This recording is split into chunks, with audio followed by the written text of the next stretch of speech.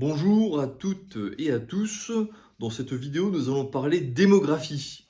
Donc c'est un sujet qui désormais est assez à la mode. Il y a beaucoup de vidéos sur YouTube, d'articles dans les médias, etc. qui en parlent, alors qu'il y a quelques années, ça n'intéressait personne.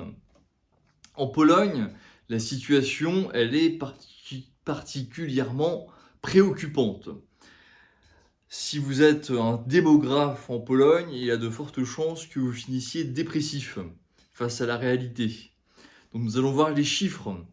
En 2024, selon le Główny Urząd Statystyczny, donc l'INSEE polonaise, le taux de fertilité, donc le nombre d'enfants moyens par femme, était de 1,099, enfin 1,1. En Espagne, en 2024, il était de 1,4. En Italie, de 1,18. En France, de 1,59. Et pourtant, en France, déjà, on nous dit que c'est le plus bas chiffre depuis la Seconde Guerre mondiale. En Pologne, apparemment, ce serait le plus bas depuis la Première Guerre mondiale. Donc la Pologne a une pyramide des âges, on appelle ça en forme de champignon. Donc ça fait une forme avec des personnes âgées, beaucoup de personnes qui ont environ 40 ans, 40-45 ans, et puis ensuite ça diminue. Ça diminue. Il y a les personnes qui ont environ 15 ans, ça augmente un peu, puis ensuite ça diminue en dents de scie. Il y a des disparités selon les régions. Donc la Mazovie, la région de Varsovie, la Poméranie, donc la région de Gdansk, la Grande Pologne, Poznań, la Petite Pologne, donc la région de Cracovie, et également autour de Wrocław, ce sont des régions où les taux de fertilité, le nombre de naissances est un peu plus important, à peu près 1,5 enfants par femme. Et il y a des régions qui se dépeuplent. Alors qui se dépeuplent, c'est un grand mot parce que c'est à la fois des personnes qui partent et également des naissances qui sont très faibles. Donc ces régions qui se dépeuplent, c'est avec un taux de natalité très très faible, c'est les Sudètes en Basse-Silésie, la Voïvodie d'Opolé, la Podlachie, donc c'est là où il y a les bisons, près de la frontière biélorusse, la Mazurie et la Poméranie occidentale qui est la région de Szczecin. Qu'est-ce qu'on peut dire par rapport à ça? Donc on voit que les régions où les naissances sont plus élevées, ce sont surtout les grandes agglomérations où de nombreux jeunes couples se sont installés pour avoir une carrière professionnelle. Donc c'est un peu les régions attractives. Les régions qui se dépeuplent, c'est un peu les périphéries. Là où il y a peu d'offres d'emploi. Il n'y a pas de corrélation parce qu'on serait tenté de dire que les régions plus conservatrices, traditionnelles, à l'Est ont un taux de fertilité plus important, mais en fait non, pas du tout, il n'y a pas de corrélation parce que par exemple, ok, en Petite Pologne, les naissances, donc la Petite Pologne c'est très conservateur quand vous allez dans les montagnes, plus vers les Tatras ou même les Beskides, etc. C'est plus conservateur, catholique, etc. Le taux de naissance est en effet plus élevé. Mais vous prenez la Podlachie ou la voïvodie de Lublin, c'est très conservateur également. Pourtant, les naissances sont à un niveau très faible. Alors que la région de Gdansk, la Poméranie qui est assez libérale, il y a également un nombre de naissances assez important. Donc on peut pas dire que parce qu'une région est traditionnelle, il y a plus de naissances. Ça ne marche pas dans ce cas de figure-là. On va faire un historique un peu des naissances. Donc dans les années 80, à l'époque du communisme, il y avait à peu près 6000, enfin durant cette décennie, il y avait à peu près 600 000 naissances par an, avec un taux de fertilité de 2,3 enfants par femme. Ensuite, dans les années 1990, donc on appelle ça la décennie où il y a eu la thérapie de choc, donc une privatisation massive, une anarchie un peu si vous voulez. C'était une période un peu comme la perestroïka en Russie, où les plus forts pouvaient amasser des sommes, enfin des fortunes colossales, et où la majorité de la population galérait. C'était assez compliqué de s'y retrouver. Néanmoins, il y avait des opportunités, mais voilà, fallait y aller, quoi. Donc dans cette décennie, il y avait à peu près 400 000 naissances par an, avec un taux de fertilité de 1,6. Ensuite, les années 2000-2010, environ par an, 350 000 à 400 000 naissances par an, avec un taux de fertilité de 1,3. En 2015, le PiS, donc le Parti conservateur, qui a un programme très pro-famille, catholique, etc., a décidé qu'il fallait booster la natalité et donc mettre en place un système de prestations sociales pour favoriser les familles qui ont des enfants. Donc par exemple, dès 2019, sans condition de revenus, à partir du premier enfant, vous aviez 500 zlotys par mois. Ça a été revalorisé en 2024 avec 800 zlotys par mois par famille, enfin par enfant, pardon, dès le premier enfant et pour chaque enfant supplémentaire. Il y a d'autres aides avec des incitations fiscales, donc vous payez moins d'impôts si vous avez plusieurs enfants. Il y a des aides également locales, il y a des aides pour mettre les enfants à la crèche, mais c'est pas forcément adapté aux familles en fait, ces aides-là. Ensuite, donc on continue. Donc depuis le Covid-19, il y a eu un véritable effondrement des naissances et ça ne concerne pas uniquement la Pologne, mais également de nombreux pays européens, occidentaux, mais même pas seulement occidentaux, puisque par exemple en Turquie, les naissances se sont également effondrées ces dernières années, puisqu'on est passé de environ 3 enfants par femme il y a X années, et maintenant on est à 1,5. Pourtant, la Turquie, c'est un pays musulman assez conservateur, donc on ne peut pas dire que le wokisme ait joué un rôle dans la chute des naissances en Turquie. Donc comme quoi, c'est vraiment une tendance globale et assez complexe. Donc, par exemple, en 2019, il y avait 374 000 naissances. En 2024, seulement 251 000 naissances, soit une baisse de 32% en 5 ans. Donc c'est énorme. Et d'ailleurs, on voit les chiffres pour les premiers mois de l'année 2025. On voit que cette chute continue. Donc c'est dramatique. N'est-ce pas? C'est dramatique puisque, regardez, en 2024, 251 000 naissances. Dans les années 80, c'était 600 000. Donc ça, vous imaginez, dans les décennies à venir, la baisse de la population que ça va engendrer. Enfin, vous comprenez où je veux en venir. Quelles sont les causes de cette baisse de la natalité?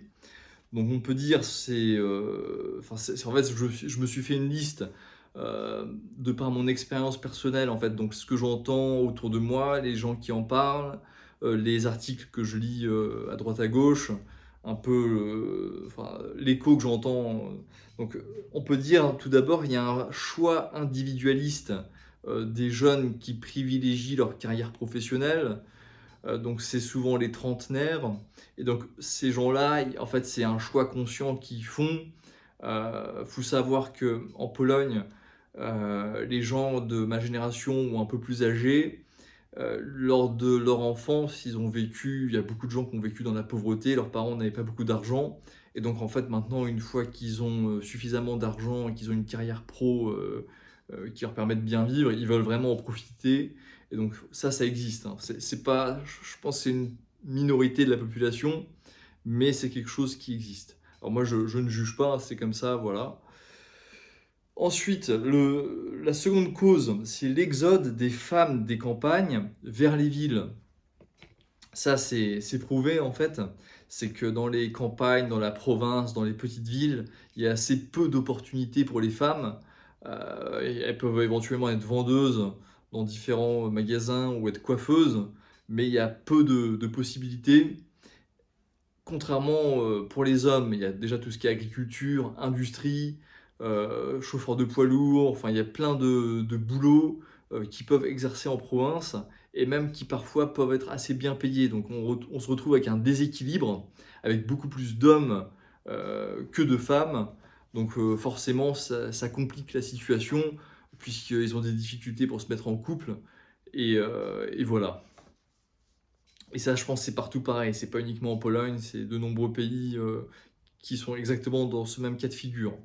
Ensuite, donc la cause, elle est structurelle, puisqu'on en revient à la pyramide des âges. En fait, il y a automatiquement, mathématiquement, il y a moins de femmes qui sont en âge de procréer aujourd'hui qu'il y a 20 ou 30 ans. Et donc, même si le taux de natalité, le taux de fertilité était resté le même, il y aurait tout de même moins de naissances au final. Ensuite, problème de difficultés financières. Et donc, en fait, un problème purement économique où le logement, le coût du logement est inabordable. Si vous n'avez pas d'héritage, un apport familial conséquent, même avec un bon salaire, c'est très compliqué de mettre de l'argent de côté, puisque les loyers sont très, très importants dans les grandes villes. Le problème aussi, c'est que les taux d'intérêt ont explosé depuis la guerre en Ukraine. On était à 5,75 durant 1 an et demi pour le taux d'intérêt directeur. Maintenant, on est à 5,25, ce qui est quand même encore énorme. Et donc, ça complique énormément l'accès au logement.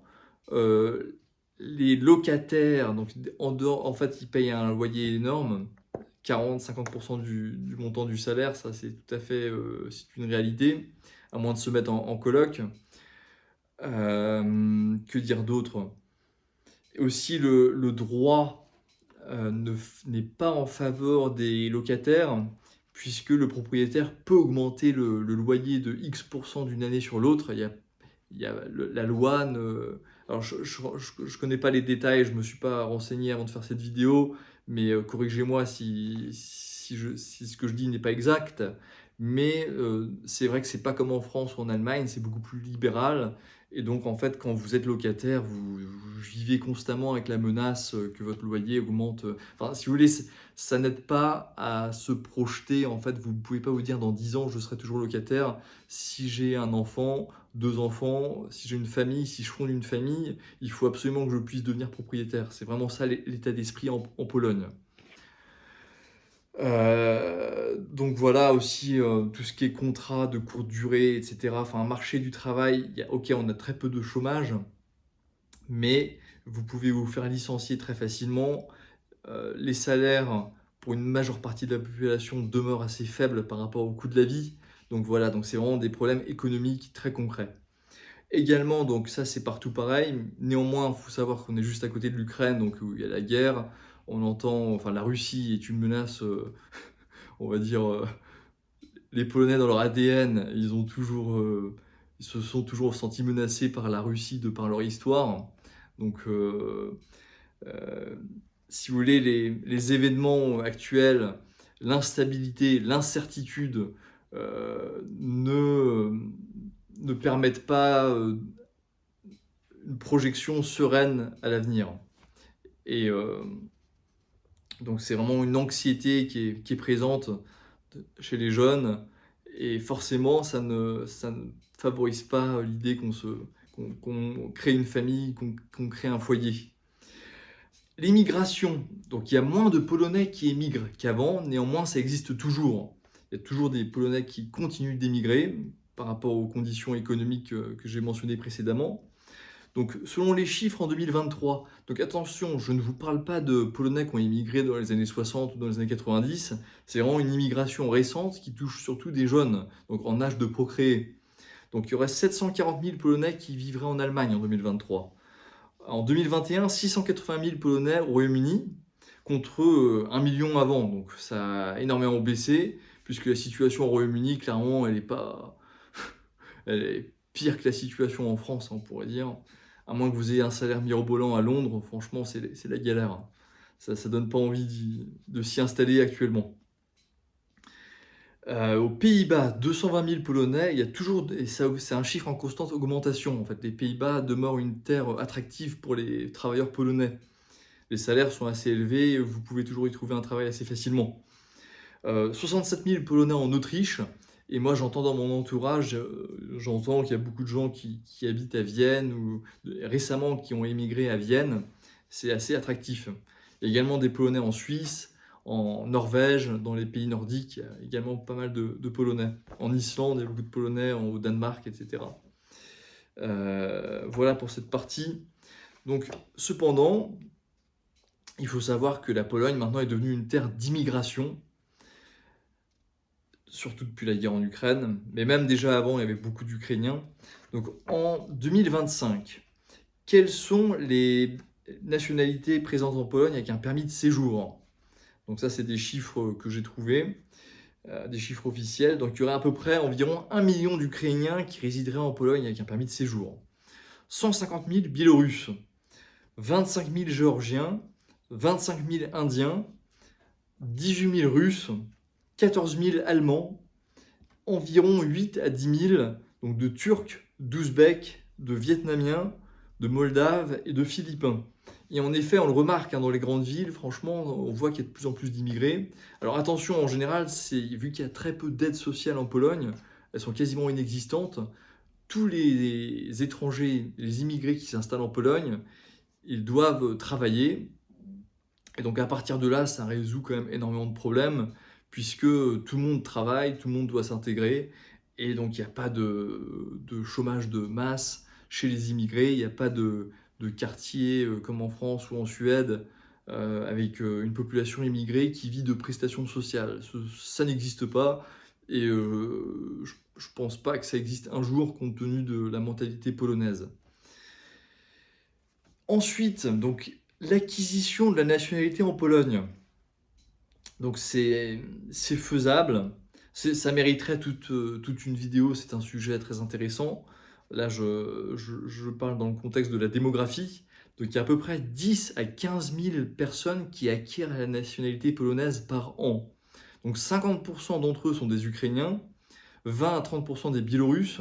Alors, il faut savoir qu'il y a de nombreux Ukrainiens en Biélorusses qui ont des ancêtres polonais. Donc ça facilite énormément l'obtention de la nationalité polonaise. 5% de Russes, 10 à 25% d'autres, donc les statistiques sont très floues, en fait, c'est assez compliqué d'avoir des données exactes. Donc chez les autres, donc il y a Vietnamiens, il y a beaucoup de Vietnamiens qui habitent en Pologne déjà depuis l'époque du communisme, et donc ils sont vraiment très entrepreneurs, enfin, ça se passe très très bien. USA, donc je pense que c'est surtout des Américains qui ont des origines polonaises. Turquie, donc pareil, il y a beaucoup de couples mixtes avec des Turcs, ou également des Turcs qui viennent ici pour monter leur business. Italie, beaucoup d'Italiens qui travaillent en Pologne, compte tenu de la situation économique et comment dire, enfin, les perspectives pour les jeunes en Italie sont très très compliquées, pire qu'en Pologne. Vraiment, c'est catastrophique. Cependant, vous voyez que le taux de natalité, donc le taux de fertilité en Pologne en 2024, il est encore plus faible qu'en Italie. Pour vous dire que la situation, elle est vraiment catastrophique. Donc, quelle Pologne en 2050? Donc, si la tendance continue, la population peut facilement être divisée par deux d'ici la fin du siècle. En 2050, la population de la Pologne serait certainement d'environ 30 millions d'habitants, on imagine. À moins qu'il y ait une immigration de masse, à moins que la natalité reparte de manière... mais même si elle augmente de 5 à 10%, elle a tellement baissé que ça ne pourra pas changer la tendance. Immigration de masse, les Polonais clairement sont contre. Je pense qu'ils préféraient, un peu comme au Japon ou en Corée du Sud, la population, ils accepteront qu'il y ait une baisse de la population et un vieillissement de la population. Ce qui sera complexe, bien sûr, il faudra qu'il y ait une automatisation de nombreux métiers. Avec l'intelligence artificielle, avec les progrès techniques, peut-être que c'est envisageable, avec la robotisation, peut-être. Néanmoins, ce sera un véritable défi économique, puisque dans tout ce qui est industrie, etc., il y a aussi également beaucoup de petites entreprises en Pologne, dans le tissu économique. Et donc ce ne sera pas forcément facile d'intégrer cette robotisation et ce progrès technique, sachant que la dépense en recherche et développement est assez faible en Pologne. Malheureusement, ça faut le déplorer, c'est pas quelque chose de positif.